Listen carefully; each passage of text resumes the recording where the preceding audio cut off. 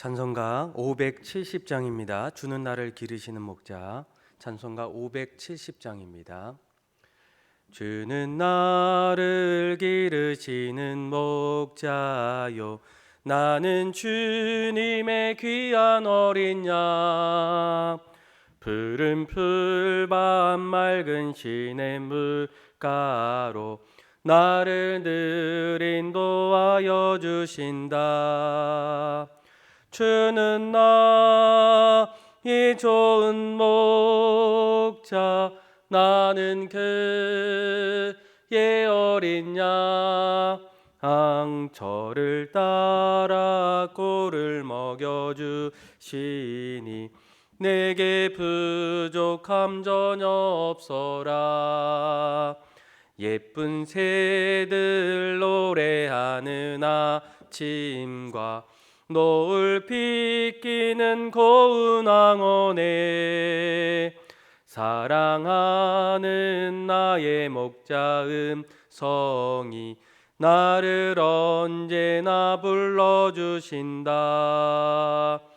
주는 나의 좋은 목자, 나는 그의 어린 양. 저를 따라 꼴을 먹여주시니 내게 부족함 전혀 없어라. 못된 짐승 나를 잊지 못하고 거친 비바람 상치 못하리. 나의 주님 강한 손을 펼치사 나를 주야로 지켜주신다. 주는 나의 좋은 목자, 나는 그의 어린 양. 저를 따라 꼴을 먹여주시니 내게 부족함 전혀 없어라. 아멘. 다 같이 사도신경하심으로 우리의 신앙을 고백합니다. 나는 전능하신 아버지 하나님, 천지의 창조주를 믿습니다. 나는 그의 유일하신 아들 우리 주 예수 그리스도를 믿습니다. 그는 성령으로 잉태되어 동정녀 마리에게서 나시고 본디오 빌라도에게 고난을 받아 십자가에 못 박혀 죽으시고 장사된 지 사흘 만에 죽은 자 가운데서 다시 살아나셨으며 하늘에 오르시어 전능하신 아버지 하나님 우편에 앉아 계시다가 거기로부터 살아있는 자와 죽은 자를 심판으로 오십니다. 나는 성령을 믿으며 거룩한 공교회와 성도의 교제와 죄를 용서받는 것과 몸의 부활과 영생을 믿습니다. 아멘. 오늘 새벽에 하나님께서 우리에게 주신 말씀은 레위기 7장 28절에서 마지막 38절의 말씀입니다. 레위기 7장 28절에서 38절의 말씀 제가 여러분들에게 봉독해 드리겠습니다. 여호와께서 모세에게 말씀하여 이르시되 이스라엘 자손에게 말하여 이르라. 화목제물을 여호와께 드리려는 자는 그 화목제물 중에서 그의 예물을 여호와께 가져오되 여호와의 화제물은 그 사람이 자기 손으로 가져올지니 곧 그 제물의 기름과 가슴을 가져올 것이요 제사장은 그 가슴을 여호와 앞에 흔들어 요제로 삼고 그 기름은 제단 위에서 불사를 것이며 가슴은 아론과 그의 자손에게 돌릴 것이며 또 너희는 그 화목제물의 오른쪽 뒷다리를 제사장에게 주어 거제를 삼을지니 아론의 자손 중에서 화목제물의 피와 기름을 드리는 자는 그 오른쪽 뒷다리를 자기 소득으로 삼을 것이니라. 내가 이스라엘의 자손의 화목제물 중에서 그 흔든 가슴과 든 뒷다리를 가져다가 제사장 아론과 그의 자손에게 주었나니 이는 이스라엘 자손에게서 받은 영원한 소득이니라.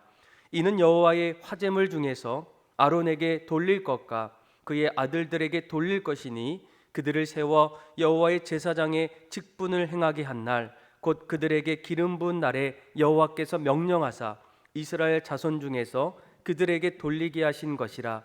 대대로 영원히 받을 소득이니라.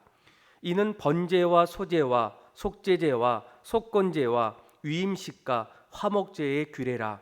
여호와께서 시내 광야에서 이스라엘 자손에게 그 예물을 여호와께 드리라 명령하신 날에 시내 산에서 이같이 모세에게 명령하셨더라. 아멘. 오늘 말씀은 어제 말씀에 이어서 화목제에 대한 추가적인 규정의 내용들입니다. 아마 우리는 레위기를 시작하면서 하나님께서 이스라엘 백성들에게 5가지의 제사법, 또 예배드리는 구체적인 말씀들을 들려주셨습니다. 1장에 보면 번제, 또 소제, 그리고 화목제, 속건제, 또 속제제. 그리고 나서 6장부터는 그 5가지의 제사를 조금 더 구체적으로 추가적인 말씀으로 다가오셨어요.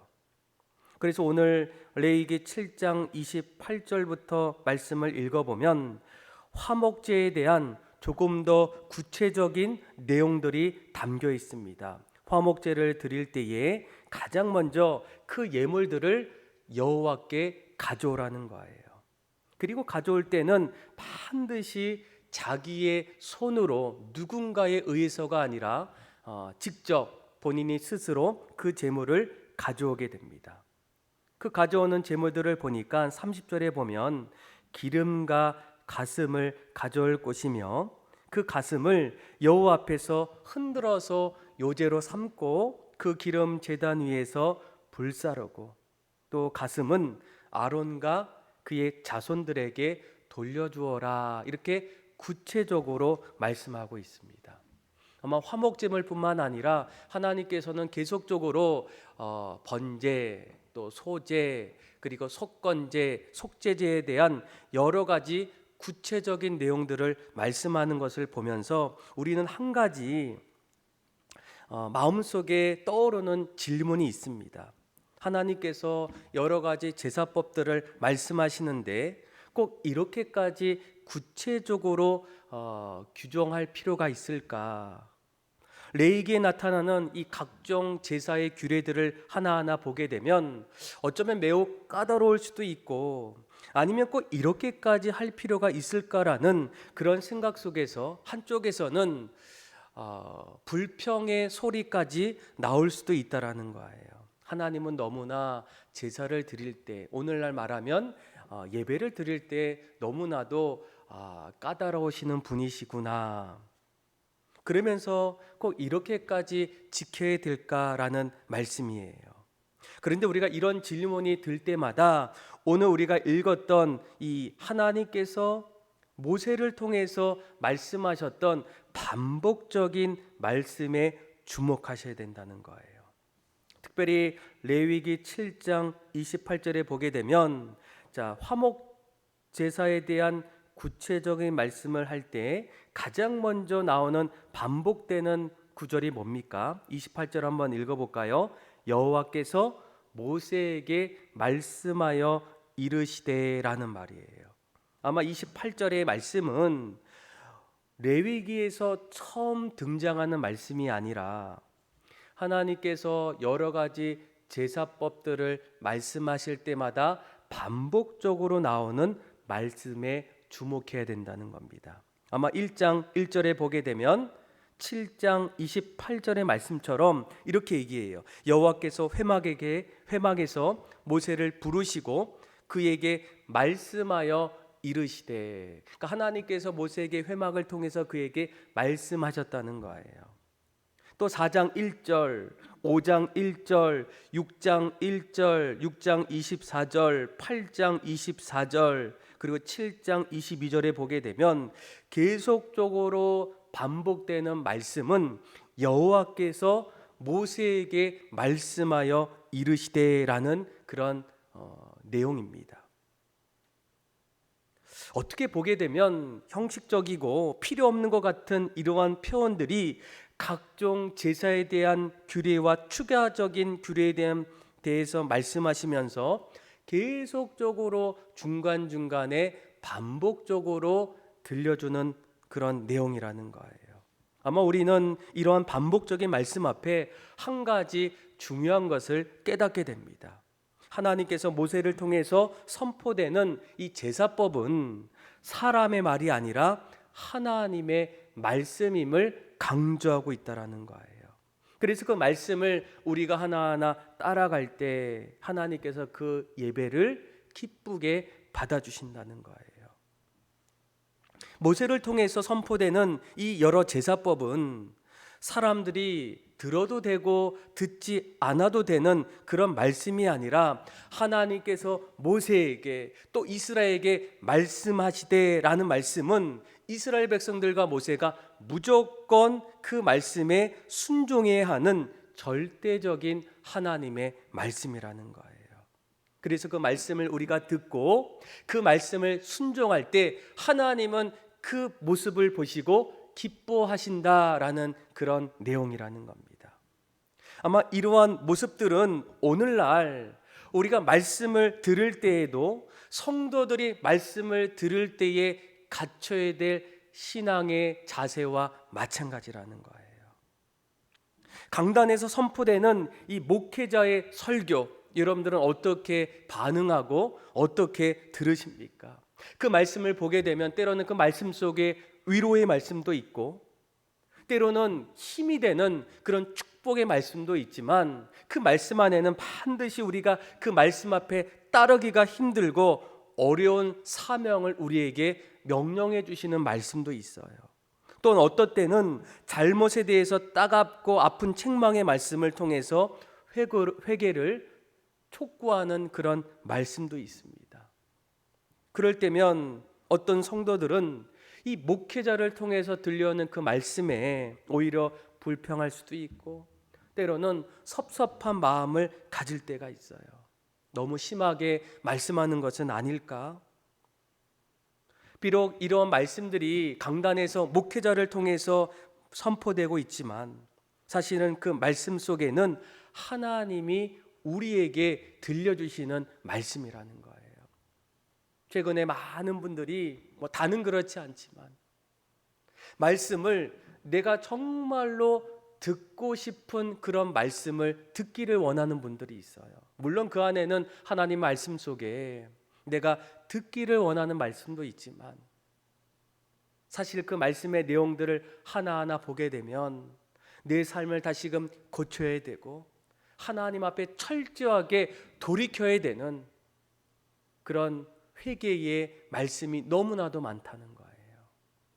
자기 자신을 내려놓고 날마다 자기 십자가를 지고 하나님 앞에 나오기를 원하는 하나님의 결단의 촉구를 주시는 말씀이 너무나도 많습니다. 그런데 그럴 때마다 우리는 오히려 그 하나님의 따가운 질책 앞에서 말씀을 듣지 아니하고 오히려 그 말씀을 점점 회피할 때가 너무나 많다는 거예요. 그럴 때 오늘 말씀을 다시 한번 주목하셔야 돼요. 모세를 통해서 들려오는 하나님의 말씀은 모세의 말씀이 아니라 누구의 말씀입니까? 바로 여호와께서 모세에게 말씀하여 이르시되 하나님이 모세를 통해서 이스라엘 백성들에게 주시는 말씀이라는 거예요. 그래서 오늘날 우리들도 강단에서 선포되는 그 말씀이 때로는 내 귀를 따갑게 하고 내 마음을 찔러 쪼개기까지 하는 그런 말씀 앞에서도 우리가 그 말씀을 하나님의 말씀으로 여기고 날마다 순종하며 나아갈 수 있다면 우리의 신앙은 더욱더 성숙한 믿음에 이르게 될 것이고 더 나아가서는 하나님의 복을 받을 수 있는 자리에 나아갈 수 있다라는 거예요. 여러분들은 들려오는 하나님의 말씀 앞에 어떻게 반응하십니까? 그 말씀이 들려올 때마다 아멘 하면서 날마다 순종하면서 그 말씀 앞에 서기를 원하십니까? 아니면 어느 날부터 그 말씀이 들려올 때마다 이 말씀은 내가 들어야 될 말씀이 아니라 내 남편, 내 아내 아니면 다른 분들이 들어야 할 말씀이라 그 말씀을 하나하나 골라서 듣고 있지 않습니까? 저는 여러분들의 강단에서 들려오는 그 말씀이 오늘 하나님께서 모세를 통해서 이스라엘 백성들에게 들려주는 그 말씀임을 깨달아서 날마다 그 말씀이 달든지 달지 않던지 그 말씀을 내 마음에 심겨서 그 말씀의 순종함을 통해서 하나님이 기뻐하시는 그런 믿음의 삶으로 나아가는 저와 여러분들의 삶이 다 되기를 주님의 이름으로 축원합니다. 오늘 말씀을 조금 더 읽어보면 34절부터 하나하나 읽어볼 때 그동안 하나님께서 이스라엘 백성들에게 5가지의 제사 외에 또 하나의 제사를 언급하는 것을 볼 수 있어요. 우리 한번 37절을 한번 볼까요? 이는 번제와 소제와 속죄제와 속건제와 그리고 뭐가 있습니까? 위임식과 화목제의 규례라 라고 하면서 여기서 또 한 가지 추가되는 제사가 바로 위임식과 함께 5가지를 언급하고 있어요. 여러분, 이 위임제는 하나님께 드리는 제사를 담당할 제사장을 세우기 위해 드려진 제사입니다. 그런데 이 위임제가 이 5가지 제사와 나란히 언급되었다는 것은 위임제가 얼마나 중요한지를 보여주고 있다라는 거예요. 이것은 다시 말하면 하나님께서 아론과 그의 자손들이 위임받는 제사장이라는 직분이 얼마나 중요한지를 우리에게 말씀해 주고 있다라는 거예요. 그렇기 때문에 하나님이 우리에게 주셨던 직분들을 우리가 하나하나 바라볼 때마다 우리는 반드시 하나님 앞에 거룩한 마음도 있어야 되지만 또 한 가지 자부심을 가지고 그것을 잘 만들어 가셔야 돼요. 오늘날 하나님이 우리에게 주셨던 그 직분에는 하나님의 거룩한 제사장으로서 믿음의 성도들에게도 동일하게 주셨다라는 거예요. 베드로 사도는 우리에게 뭐라고 합니까? 너희는 택하신 족속이다. 너희는 왕 같은 제사장이다. 너희는 거룩한 하나님의 나라이다. 우리에게 그렇게 부르셨고 우리를 그렇게 세워주시기를 원하신다는 거예요. 우리가 하나님의 일을 할 때 반드시 하나님이 나에게 맡겨주신 일들이 얼마나 귀한지를 깨달으셔야 됩니다. 할 사람이 없어서 그 일들을 감당하는 것이 아니라 그 많은 사람들 가운데에 하나님이 나를 부르셨고 나를 그 자리에 세워주셨고 그 세웠던 그 자리가 생명을 살리고 하나님 나라를 세워나가는 귀한 이름을 깨달을 수만 있다면 우리는 얼마나 그 일에 소중함을 가지고 준비하며 나아갈 수가 있겠습니까? 올 한 해 하나님께서 우리를 거룩한 제사장으로 가정 속에서 일터에서 아니면 교회 안에서 우리를 부르셨을 때 저는 가장 먼저 여러분들이 이 일들이 우리에게는 얼마나 귀하고 소중한 직분임을 먼저 깨닫기를 원해요. 그래서 무엇보다 두렵고 떨리는 마음으로 또 하나님이 나에게 주셨던 귀한 선물임을 깨달아서 날마다 그 일을 감당할 때 나의 손이 하나님의 손이 되어서 또 나의 눈이 하나님의 마음이 되어서 날마다 기쁨과 감사함으로 그 일들을 감당할 수 있는 거룩한 제사장이 다 되기를 주님의 이름으로 축원합니다. 그런데 오늘 이 위임식을 통해서 보게 되면 특별히 34절에서 36절까지 말씀을 보게 되면 화목제물 중에서 아론에게 돌릴 것들과 아들들에게 돌릴 것들을 하나하나 말씀해 주고 있어요. 그리고 그것을 뭐라고 얘기합니까? 36절에 보게 되면 대대로 영원히 받을 소득이라는 거예요. 그러니까 화목제물 일부는 누구에게 주게 됩니까?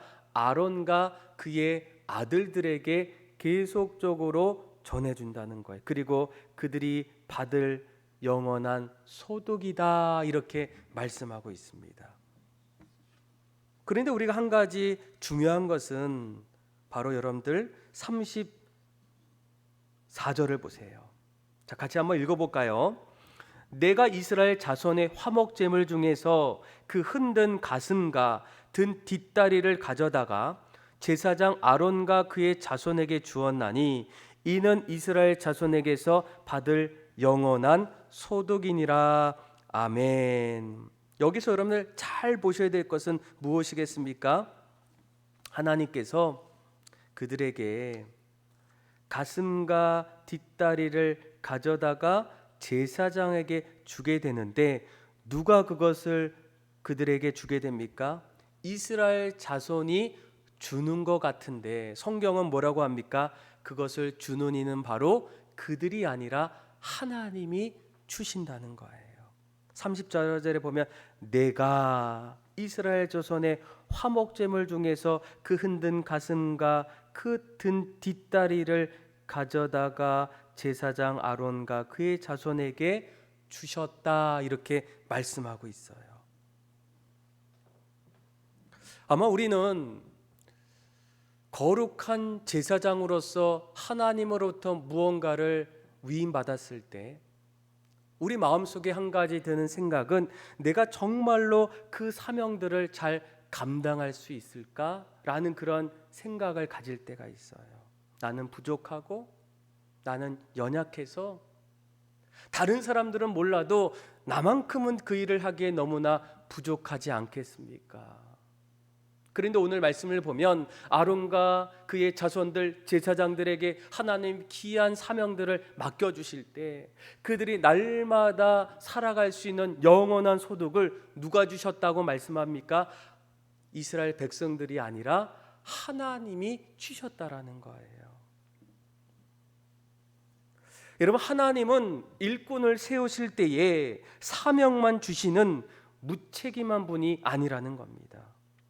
하나님이 그 일꾼을 세워서 사명을 주셨다는 것은 그가 그 일을 감당할 수 있는 힘도 주시고 능력도 주셨음을 의미한다는 거예요. 우리는 세상의 염려로 인해서 또 그동안 우리 안에 찾아오는 앞으로의 여러 가지 일들을 통해서 내가 정말로 감당할 수 있을까? 오히려 내 마음속에는 두려움도 있고 걱정이 밀려올 때가 너무나도 많아요.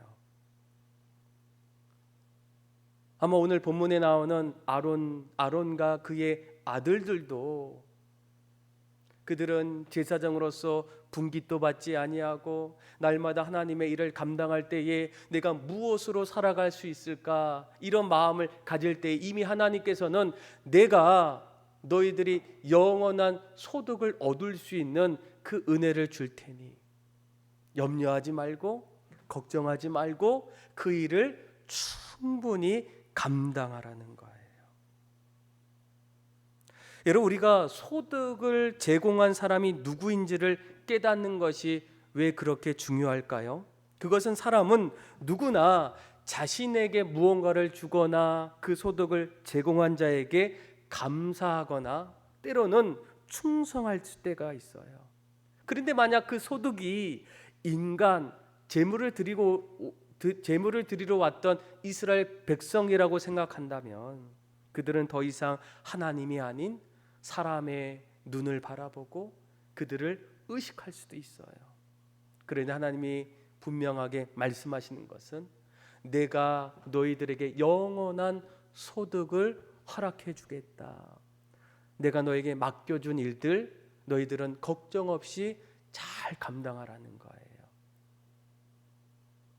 사랑하는 믿음의 성도 여러분, 아마 오늘 우리가 하나님으로부터 거룩한 제사장으로 우리가 세움 받았을 때 우리 안에서도 작은 염려와 걱정들이 밀려올 때가 있어요. 할 일이 참 많은데 정말 내가 그 일들까지 잘 감당할 수 있을까? 그런데 하나님은 우리를 그렇게 부르실 때에 그 일들을 감당할 수 있는 능력, 또 그 안에 소망, 힘을 우리에게 함께 허락해 주신다는 거예요. 우리가 그것을 신뢰할 수 있다면 날마다 그 마음을, 그 믿음을 가지고 하루하루 준비하며 세워나갈 때 하나님은 우리를 통해서 반드시 하나님의 귀한 사역들을 감당하시고 이루어 주신다는 거예요. 사랑하는 믿음의 성도 여러분, 오늘 말씀을 통해서 이제 앞으로 하나님의 말씀이 우리에게 들려올 때 더 이상 내가 듣고자 하는 말씀이 아니라 그 말씀이 하나님의 말씀이라면 그 말씀 앞에 순종하고 그 말씀을 따라감을 통해서 하나님이 기뻐하시는 그런 믿음의 삶을 이룰 수 있는 저와 여러분들의 삶이 되기를 원합니다. 또한 우리에게 맡겨주신 일들을 여러분들이 소중히 여기길 바라요. 다른 사람들도 많은데 하필이면 나일까라는 그런 마음이 아니라 수많은 사람들 가운데에 하나님이 나를 택하셔서 하나님의 귀한 일들을 맡겨주셨다면 그 일들에 대해서 자부심을 갖고 그 일들을 감당하면서 분명히 그 감당할 때에 감당할 힘과 능력까지 주시는 그 하나님을 신뢰함을 통해서 날마다 각자의 자리에서 하나님 앞에 영광 돌리고 또 하나님 나라를 함께 세워갈 수 있는 저와 여러분들의 삶이 다 되기를 주님의 이름으로 축원합니다. 기도하겠습니다. 하나님 아버지 감사합니다. 하나님께서 구약의 이스라엘 백성들에게 여러 가지 제사의 방법들과 모습들을 말씀해 주시면서 우리들이 영적으로 깨달아야 할 일들이 무엇인지를 알게 해주심을 감사합니다.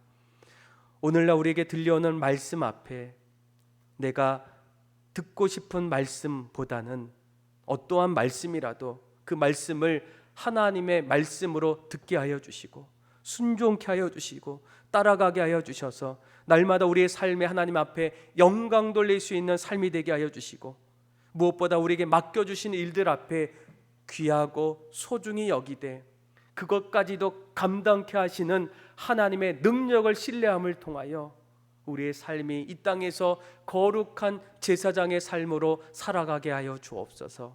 그렇게 우리의 삶을 이끌어 주실 하나님 앞에 감사를 드리며 사랑이 많으신 예수님의 이름으로 기도합니다.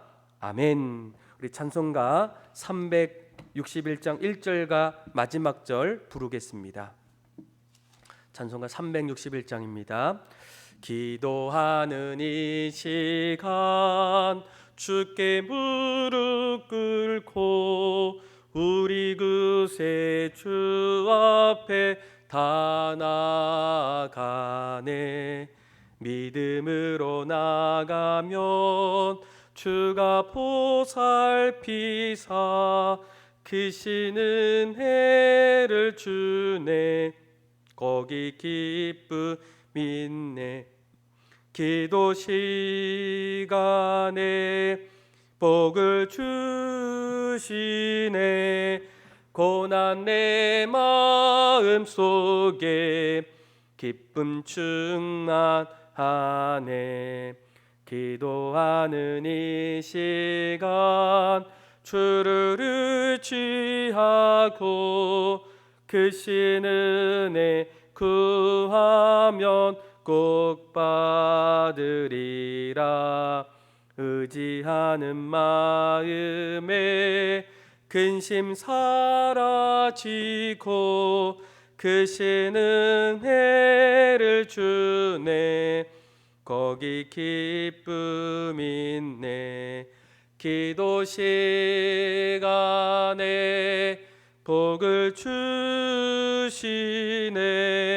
고난 내 마음 속에 기쁨 충만하네. 다 같이 주기도문함으로 예배를 마칩니다.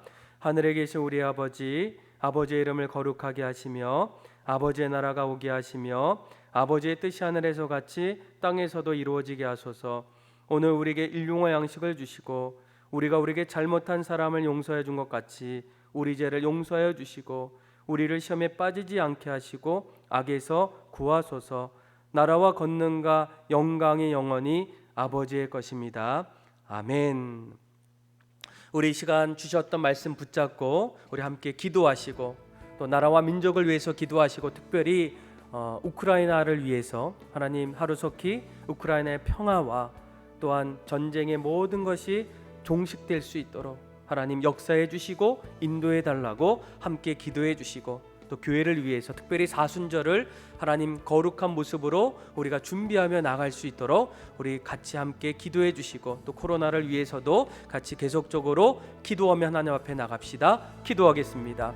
하나님 아버지 감사합니다. 오늘 말씀을 통해서 하나님 주의 말씀을 날마다 겸허히 듣는 믿음의 성도들 되게 하여 주옵소서. 하나님 세상이 너무나 어렵고 또 세상의 모든 생각들이 하나님 팽팽한 그 시대에 주의 말씀 앞에 겸허히 무릎 꿇을 수 있는 하나님의 신실한 믿음의 사람들 되게 하여 주옵소서.